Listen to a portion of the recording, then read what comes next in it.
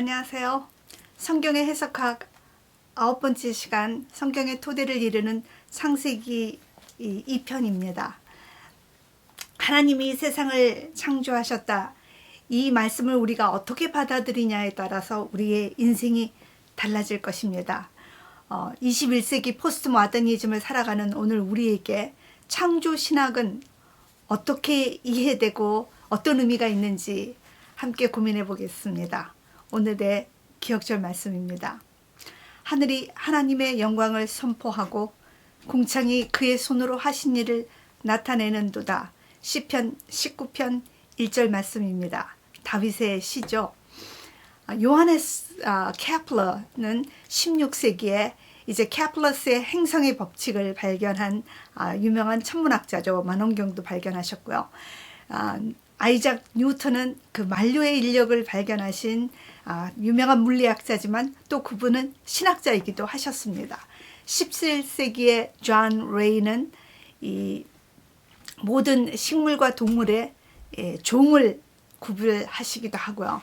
로버트 보일은 보일의 법칙을 발견하고 근대 화학의 중요한 기초를 이렇게 마련하셨는데 16세기와 17세기의 모든 과학자들은 창조 신학에 기반을 둔 분들이었습니다. 그런데 18세기에 와서 새로운 사건이 벌어지게 되어서 인류는 새로운 국면을 맞이하게 되었는데요. 그것이 바로 1789년에 있었던 프랑스 대혁명 사건입니다.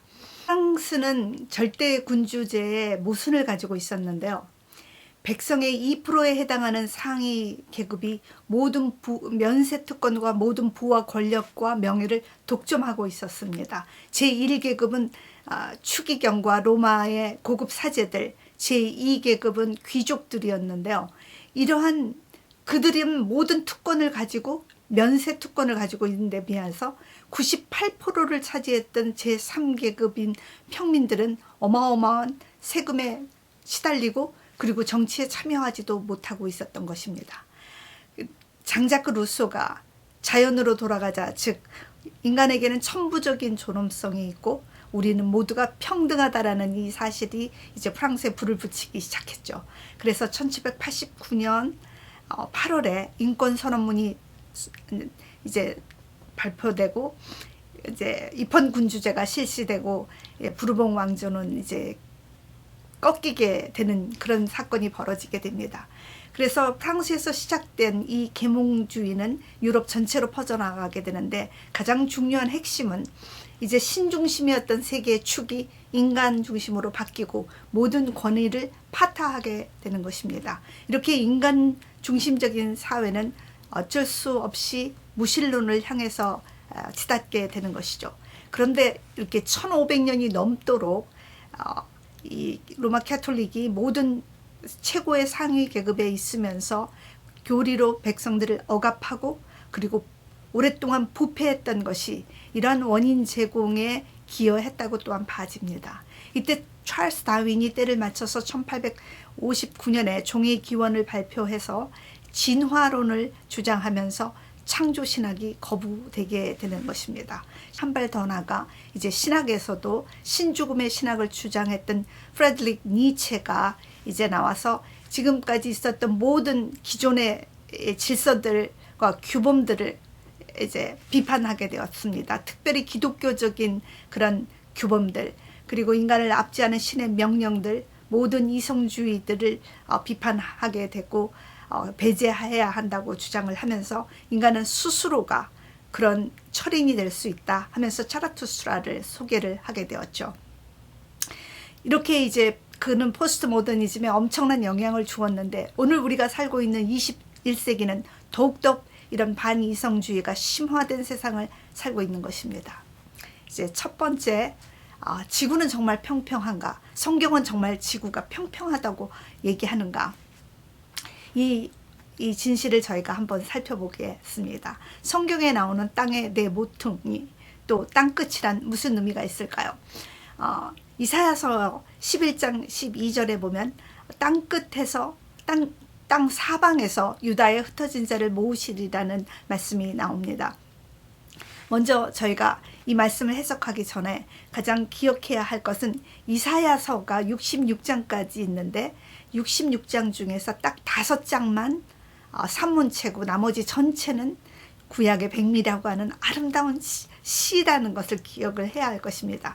7장과 9장 그리고 36장과 37장이 정확한 역사를 기록하고 있는 산문체입니다. 7장과 9장에는 이제 주전 735년에 북방 이스라엘과 시리아가 남방 유다를 쳐들어오는 그런 전쟁이 벌어집니다. 에브라임 전쟁이라고 하죠. 그때 아하스 왕이 이사야가 말리는데도 불구하고 아수르에 있는 티글랏빌라셀을 불러가지고 나라에 큰 우환이 왔었던 그 사건을 역사적으로 기록하고 있습니다. 그리고 36장에서 37장까지는 이제 30년 후에 남방 유다는 북방 이스라엘은 이때 이미 망하고 없습니다. 그 사이에 30년 후에 이제는 티글랏빌라셋이 아니고 사네립이 아시리아의 사네립이 남방 자그만 유다를 대군 18만 5천을 몰고 와서 유다가 멸망 직전에 있는데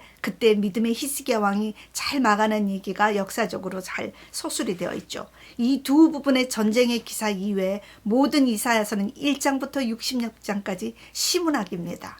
그래서 우리가 이사야가 시문학이라는 사실을 먼저 기억을 하고 이 문장을 해석해 보겠습니다. 자, 땅의 사방이라고 했는데요. 땅은 아시는 거고 사방은 사는 아르바 숫자 4개입니다. 그리고 방향의 그 방자는 사실은 원어는 카나프라는 날개란 뜻입니다. 그래서 직역을 하면 내 날개에서 유다를 다 불러오겠다 하는 굉장히 아름다운 시적 표현이죠. 만약에 그것을 땅의 내 구퉁이 딱 땅이 네모라 반듯하기 때문에 네모를 사용한다고 그랬으면 폐하라는 단어를 써야지 맞습니다.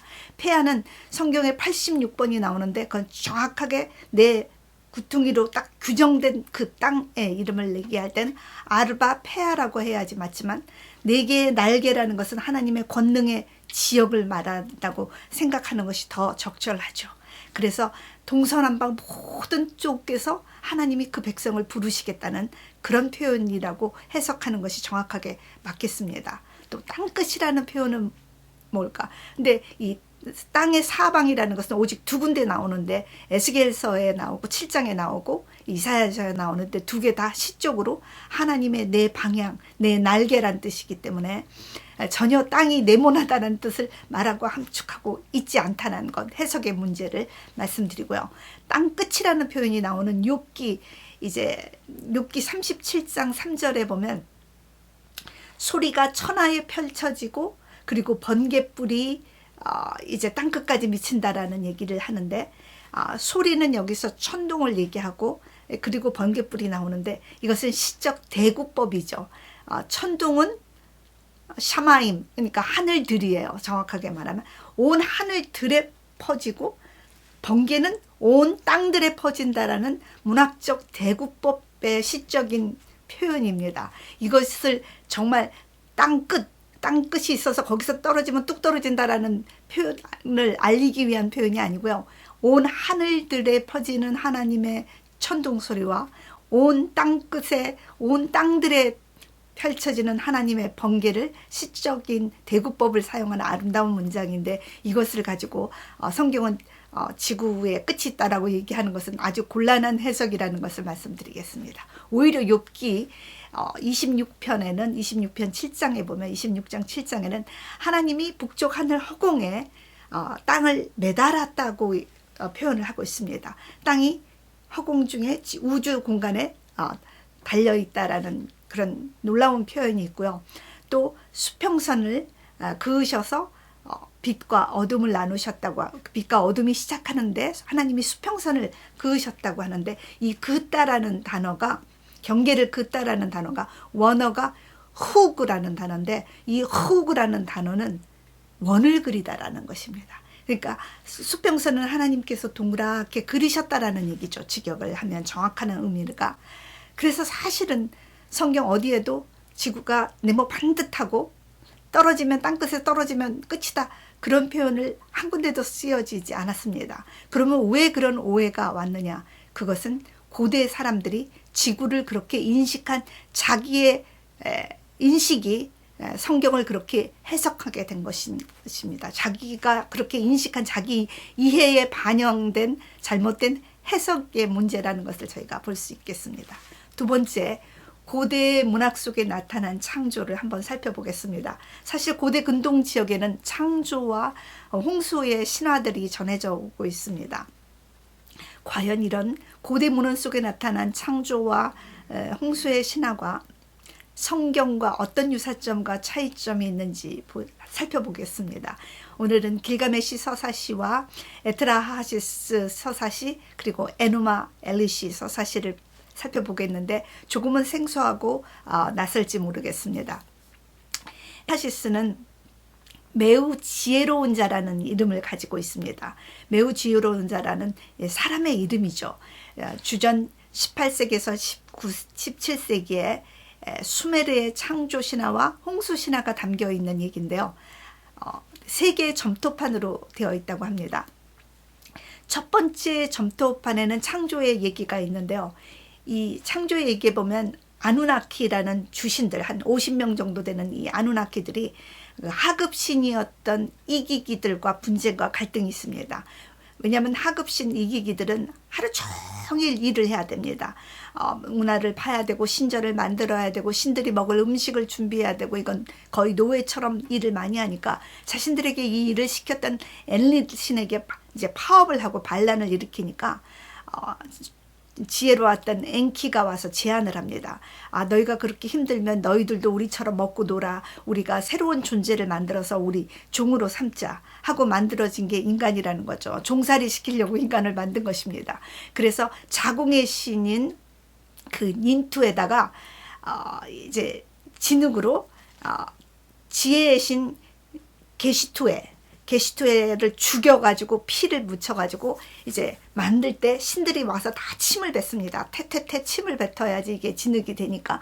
그래서 게시투의 신의 피와 신들의 침으로 이제 점토를 14덩어리를 만들어서 오른쪽에 7덩어리, 왼쪽에 7덩어리, 오른쪽에 있는 건 남자, 왼쪽에 있는 건 여자죠. 그래서 닌투의 자궁에 넣었다가 10달 후에 안 나와서 배를 갈라서 이 인간들 7쌍의 인간을 만든 얘기가 나오는데 죄송합니다. 인간은 그러니까 신들의 종살이 하려고 태어난 존재입니다.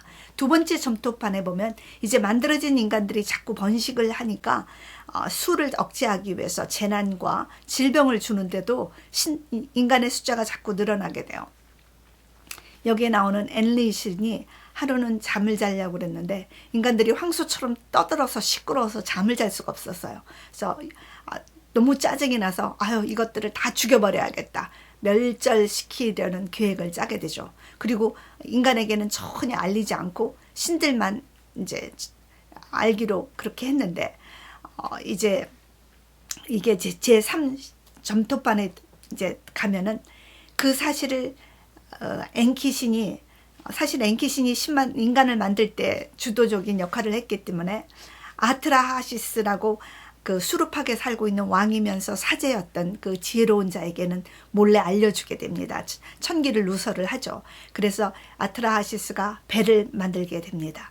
그래서 그 배에 많은 사람들과 가족들, 친척들을 태우고 이 2층으로 된 배였는데요. 안에 역청을 바르고 동물들도 많이 싣고 7일간의 홍수에 7일간의 이제 물이 빠져서 14일 만에 나오게 되고 그리고 이제 새를 보내고 이제 물이 다 가라앉자 나와서 제사를 드리게 됩니다. 제사를 드리자 그동안 배가 고팠던 신들이 막 파리떼처럼 제물에 달려들어가지고 인간이 없으면 우리도 굶는구나 안 되겠다. 그리고는 아트라하시스에게 이제 축복한다는 얘기로 끝나는 얘기입니다. 길가메시는 12개의 점토판으로 되어 있는데요. 1853년에 발견된 이 점토판에는 굉장히 긴 대하시입니다. 12개의 점토판이니까 그 고대 수메르의 우르크 왕조의 제1왕조의 왕이었던 있었던 길가메시에 대한 영웅담인데요. 이 길가메시는 우루크 왕조의 한 5번째 왕 정도 되는데 120년간을 다스렸는데 전설적인 왕인데 많은 역사들이 아마도 실제 인물일 거라고 생각을 하고 있습니다.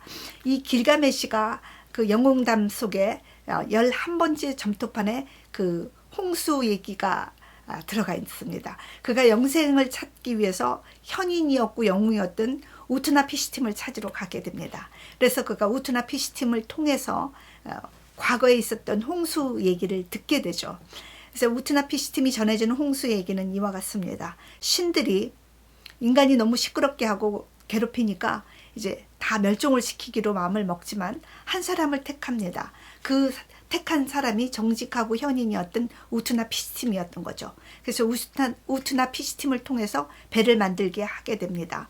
그래서 140규빗, 140규빗, 140규빗의 그 대형 배, 7층의 높이에 달하는 대형 배를 만들게 되고요. 그 배는 7층인데 9칸으로 나누어져 있기 때문에 63개의 방이 있는 어마어마한 배에 짐승들과 사람들을 많이 태웁니다.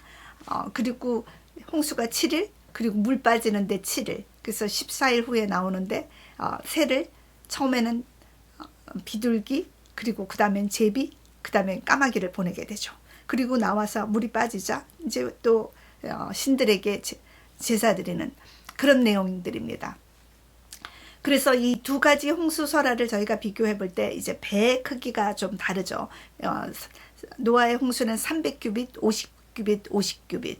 그리고 홍수의 기간이 홍수 자체가 40일, 물이 다 빠지는 기간이 1년하고 17일 정도 걸렸고요.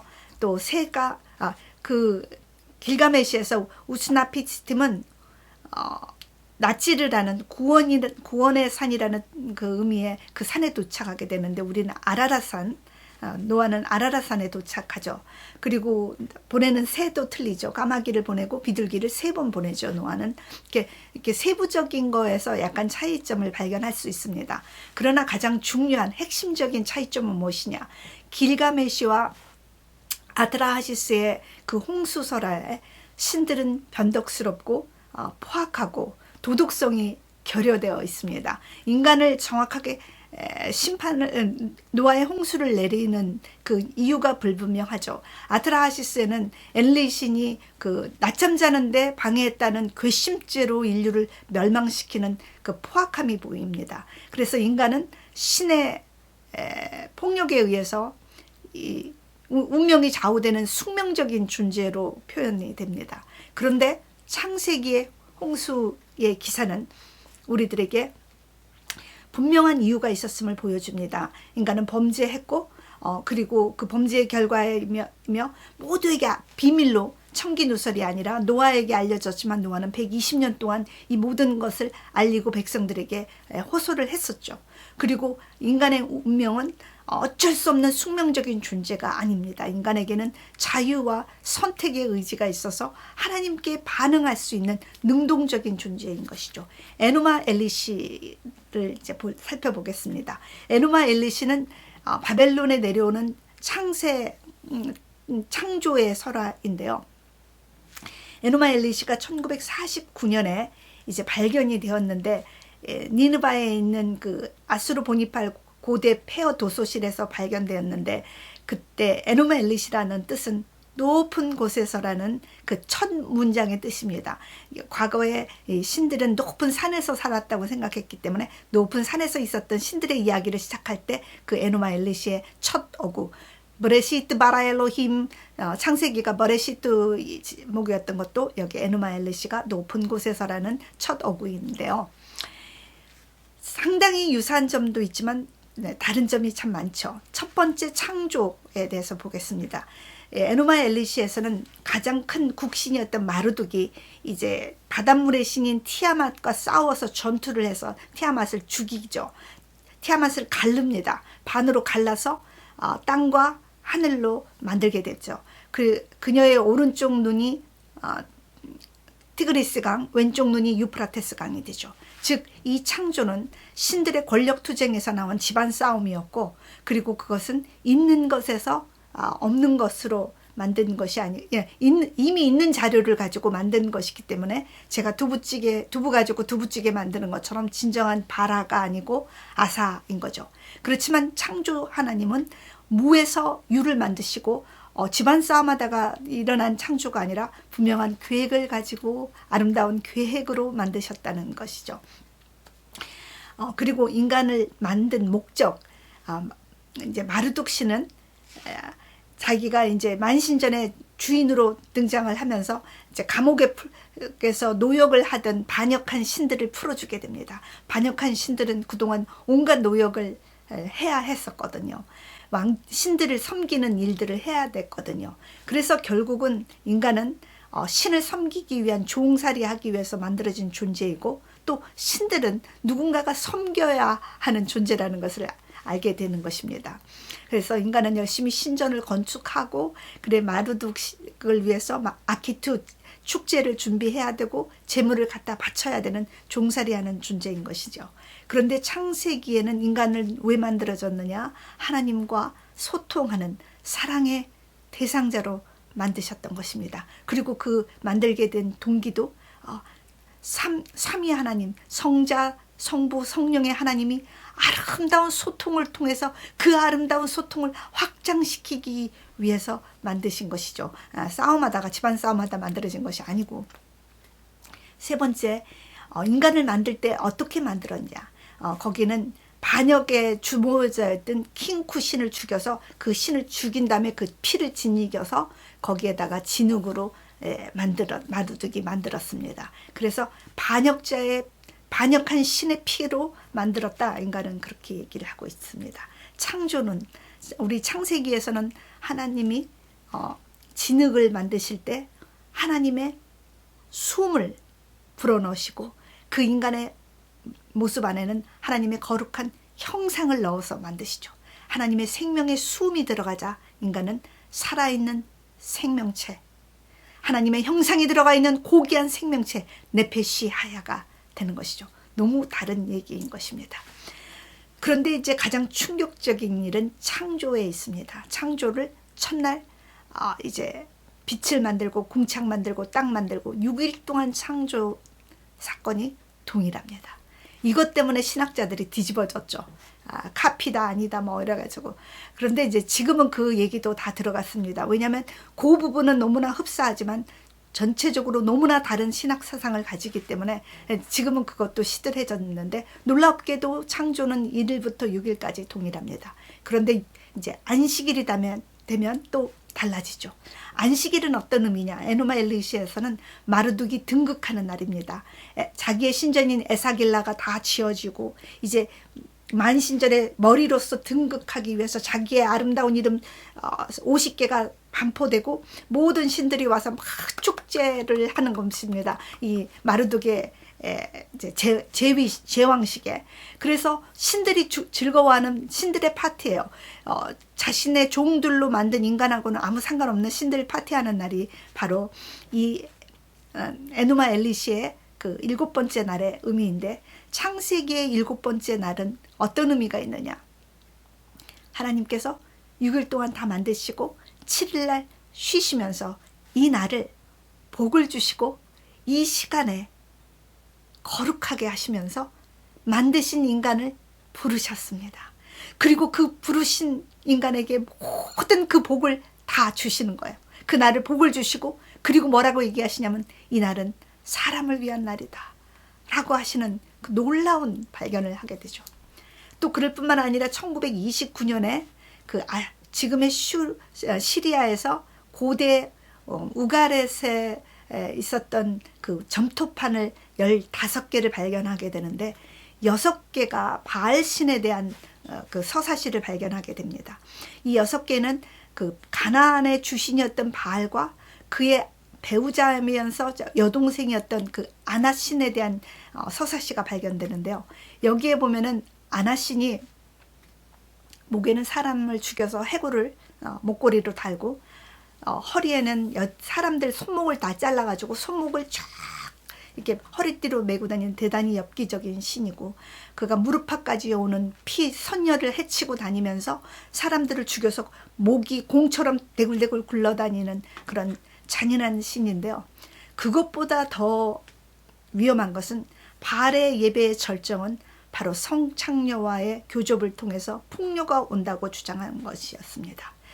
하나님께서는 성의 문란을 아주 지독하게도 싫어하셨는데, 이렇게 가나안의 바알 신은 종교적인 정당성으로 성문란을 조장하고 허용했던 것.